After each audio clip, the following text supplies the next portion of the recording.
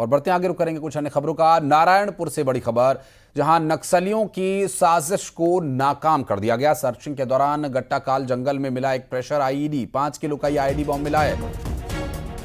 IED को मौके पर ही ध्वस्त कर दिया गया और नक्सलियों के निशाने पर जवान थे। आईटीबीपी और जिला पुलिस के जवान सर्चिंग कर रहे थे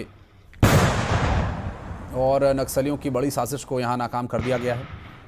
ये पूरा मामला जो नारायणपुर से सामने आया, जो आईईडी लगाया हुआ था, ये देखिए किस तरह से आईईडी के धमाके के बाद आग की लपटें भी उठती हुई दिखाई दी हैं वहां पर। और ये नारायणपुर में एक्सक्लूसिव तस्वीरें हम आपको दिखा रहे हैं धमाके के बाद। देखिए जहां पर यह आईईडी प्लांट किया गया था वहां की हालत आप देखिए, काफ़ी गहरा गड्ढा वहां हो गया है, काफ़ी इंटेंस ये धमाका था। बात करेंगे हमारे सहयोगी खेमनारायण शर्मा से। खेमनारायण, 5 किलो का आईईडी बताया जा रहा है, लेकिन जहां इसे ध्वस्त किया गया गड्ढा ये बता रहा है कि काफ़ी अच्छी खासी इंटेंसिटी थी इसकी। जी बिल्कुल, इसी तरीके से जो नक्सली हैं वो जंगलों में आईईडी लगा कर रखे रहते हैं, ताकि जो सर्चिंग में जो जवान उधर से गुजरते हैं उनको नुकसान पहुंचे। और जो है नक्सली अपने आप को सुरक्षित रखने के लिए, जो जवानों से सुरक्षित रखने के लिए इस तरीके से आईईडी प्लांट कर रखते हैं। और आईईडी जो है काफी शक्तिशाली होते हैं, जिसकी वजह से कभी कभी जवानों को भी नुकसान पहुंचता है। लेकिन अब जिस तरीके से सर्चिंग अभियान जो है जंगलों में चलाया जा रहा है और जिस तरीके से जवानों को ट्रेनिंग दी जा रही है, जवान जो है जो नक्सलियों के इरादे हैं उन पे पानी फेरते हुए नजर आ रहे हैं। और समय रहते ही जो है इस प्रकार के जो शक्तिशाली जो आईईडी लगाकर नक्सलियों द्वारा लगाए जाते हैं उनको जो है ढूंढ निकालकर उसे मौके पर ही डिफ्यूज कर देते हैं और जो नक्सली है उनके जो मंसूबे हैं वो नाकाम होते हैं। जी बहुत शुक्रिया आपका इस पूरे मामले पर जानकारी देने के लिए खेमनारायण।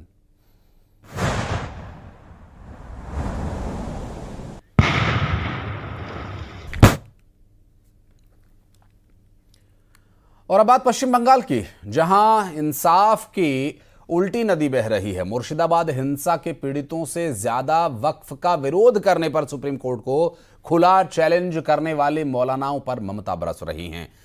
जिस हिंसा में चुन चुनकर हिंदुओं को निशाना बनाया गया, जिस हिंसा में हिंदुओं के घर जलाए गए, जिस हिंसा में सैकड़ों हिंदुओं को पलायन तक करना पड़ गया और जिस हिंसा में हिंदू पिता पुत्र को घर से खींचकर बेरहमी से मार डाला गया, सूबे की सीएम ममता बनर्जी उन हिंदुओं का हाल जानने के बजाय इमामों के सम्मेलन में शामिल हो रही हैं। एक रिपोर्ट।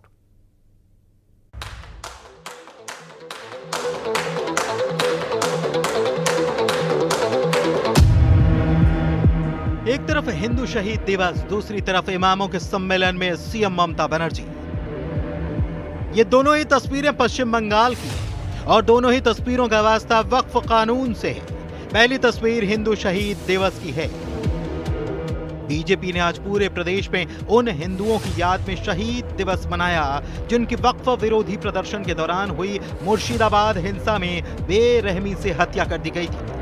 वहीं दूसरी तस्वीर भी बंगाल की, जहां पर मुर्शिदाबाद हिंसा के पीड़ित हिंदुओं से ज्यादा ममता बनर्जी को मौलानाओं की चिंता सता रही है। और शायद इसलिए ही वो वक्फ विरोध के मामले में इमामों के सम्मेलन में पहुंच गए। वो इमाम जो न सिर्फ संसद से पास कानून को मानने से इनकार कर रहे हैं, बल्कि उसे लेकर खुलेआम सुप्रीम कोर्ट को भी चुनौती दे रहे हैं कि अगर फैसला उनके पक्ष में नहीं आया तो वो इसे मानने से इनकार कर देंगे। वही इमाम जो न सिर्फ कानून का विरोध कर रहे हैं, बल्कि इन प्रदर्शनों के दौरान हुई हिंसा में बंगाल जल रहा है। 15 তারিখের পরে রেল অবরোধ করব, যেখানে সেখানে সব জায়গায় রেল অবরোধ হবে। রেলগুলো বন্ধ করব, আগে আমরা শহরে করতে যাব না, গ্রামে এসে বন্ধ করব। গাড়ি রেল রাস্তা মোটর ট্রেন সব বন্ধ থাকবে। একদম পশ্চিম বাংলা কেন ভারতবর্ষকে আমরা একদম অচল করে দেব। ये चुनौती यूं ही नहीं है। वक्फ विरोधी प्रदर्शन के दौरान पश्चिम बंगाल में हुई हिंसा और आगजनी की तस्वीरें इसका जीता जागता सबूत हैं। ऐसे में बड़ा सवाल ये कि आखिर खुलेआम कानून को चुनौती देने वाले और हिंसा करने वाले उपद्रवियों का इलाज क्या है। बहनों और भाइयों, इन दंगाइयों का उपचार ही डंडा है। बिना डंडे के मानेंगे नहीं। आप देख रहे होंगे बंगाल जल रहा है, वहां की मुख्यमंत्री चुप है, दंगाइयों को शांति दूत कहती है। लातों के भूत बातों से कहां मानने वाले हैं। महाकुंभ में कितना लोगों का मौत हुआ, कितना लोगों ने इंजर्ड हुआ, कोई लिस्ट ऑफ पब्लिकली दिया? नहीं दिया। बड़ा बड़ा बात करते हो, किसने एनकाउंटर में मैं मारा? एक भी में रैली किसी को नहीं करने देते, एक भी मिছিল नहीं करने देते। रामचरितमानस के सुंदरकांड में जिक्र है कि भय बिनु होई न प्रीति। शांति, सुरक्षा और सुशासन के लिए अगर डर जरूरी है तो वो डर सही है, और शायद यही वजह है कि पश्चिम बंगाल में भी योगी आदित्यनाथ को बुलाया जा रहा है। डंडा का जरूरत है, इसलिए जोगी जी को टारगेट कर रहा है। मैं जोगी जी को रिक्वेस्ट करूंगा वो बंगाल में तुरंत आए और लगातार उन्होंने हिंदू का रक्षा करने के लिए यहाँ थोड़ा काम करे। जोगी जी का भी बंगाल में जरूरत है। यूपी होकर तो जाना पड़ेगा ना, जोगी बाबा है ना, यूपी होकर जाइए, जोगी आदित्यनाथ जी है। उल्टा जिस हिंसा में चुन चुन कर हिंदुओं को निशाना बनाया गया, जिस हिंसा में हिंदुओं के घर फूंक दिए गए, जिस हिंसा में सैकड़ों हिंदुओं को पलायन तक करना पड़ गया, और जिस हिंसा में हिंदू पिता पुत्र को घर से खींचकर बेरहमी से मार डाला गया, सूबे की सीएम ममता बनर्जी उन हिंदुओं का हाल लेने जाने के बजाय इमामों के सम्मेलन में शामिल होती हैं। अजब इंसाफ की गंगा बह रही है बंगाल में। Bureau report, news 18। सिर्फ 2 सेकंड्स, जिस 2 सेकंड्स में अचानक एक शख्स धड़ाम से गिरा और फिर कभी नहीं उठा। कैमरे में रिकॉर्ड हुआ मौत का साइलेंट अटैक जो आपके भी रोंगटे खड़े कर देगा।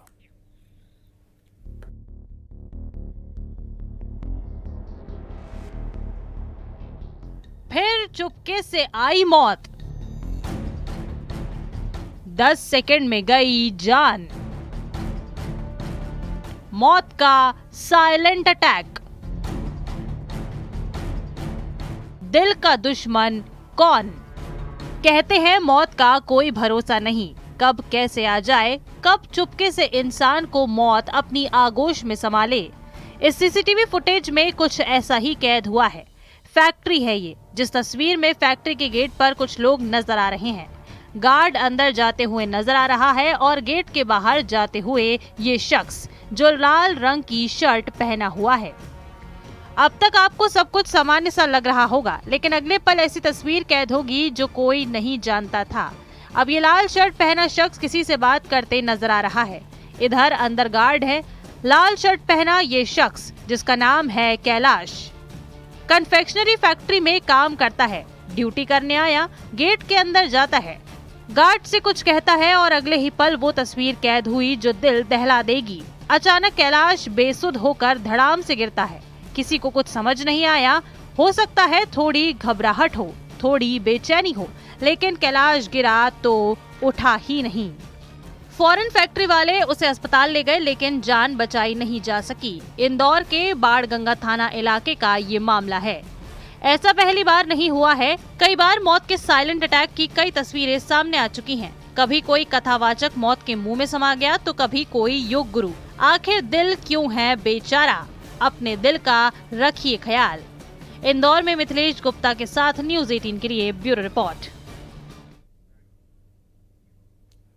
जन सुनवाई तो आपने कई बार देखी होंगी, लेकिन कलेक्टर के पास भी अपना दर्द बयां करने वाली ये स्टोरी अब हम आपको दिखा रहे हैं, जिसमें 4 शहरों में अपनी बात पहुंचाने की कोशिश की गई और जो तरीका लगाया गया, तलाशा गया, वो कह रहा है एमपी अजब है, सबसे गजब है।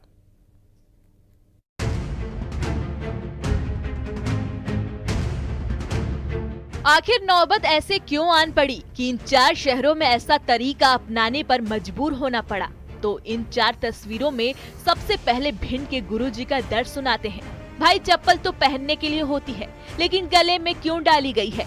तपती दोपहर में कौन है जो चप्पल गले में डालकर पैदल चल रहे हैं? तो भिंड नशाखोरी और अव्यवस्थाओं के चलते गले में चप्पल की माला डालकर 38 डिग्री टेम्परेचर पर करीब 80 किलोमीटर से अधिक पद यात्रा तय कर पहुंचे कलेक्टर से मिलने लाहौर अनुभाग के आलमपुर कस्बे के शासकीय स्कूल में पोस्टेड पूर्व प्रभारी प्राचार्य सुरेश माहौर, जो शिक्षा विभाग की पोल खोल रहे हैं। विद्यालय में शिक्षक सही समय पर आने की मांग रखते हुए और सही समय पर वो विद्यालय में कार्य करें, बच्चों को पढ़ाएं, साथ साथ में गुटखा बीड़ी का सेवन ना करें। विद्यालय में बच्चों के सामने ये पूरी तरह से प्रतिबंधित रखें, क्योंकि बच्चों पर बहुत ही गहरा प्रभाव पड़ता है। अगर शिक्षक ही गुटखा खा रहा है तो बच्चों को भी ये मन में आता है कि कहीं ना कहीं गुटखे में अच्छी चीज़ होगी। भिंड के बाद छतरपुर, यहाँ भी तपती दोपहर में ऐसे विरोध जताया जा रहा है। महिला को क्यों इस गर्मी में लोट लगाकर अपना दर्द बयां करना पड़ रहा है, जो किसी की नहीं सुन रही। शायद उसे इस बात का यकीन होगा कि इससे उसकी बात सुन ली जाएगी, फिर तन जले फफोले हो तो चलेगा। आवेदन देने पहुंची महिला का आरोप है कि कग खडडी पहरा गांव के दबंग लोगों द्वारा उसकी जमीन पर कब्जा कर लिया गया है। सीमांकन के लिए 5/7/5 का वेतन 2024 का बड़ा तहसीलदार साहब को नहीं हुआ। कहीं कहीं टीम गठन हो गई, कहीं हम 20 बार गए हैं आपके वहाँ। और खबरें आगे भी जारी है, वक्त एक बहुत छोटे से ब्रेक का है।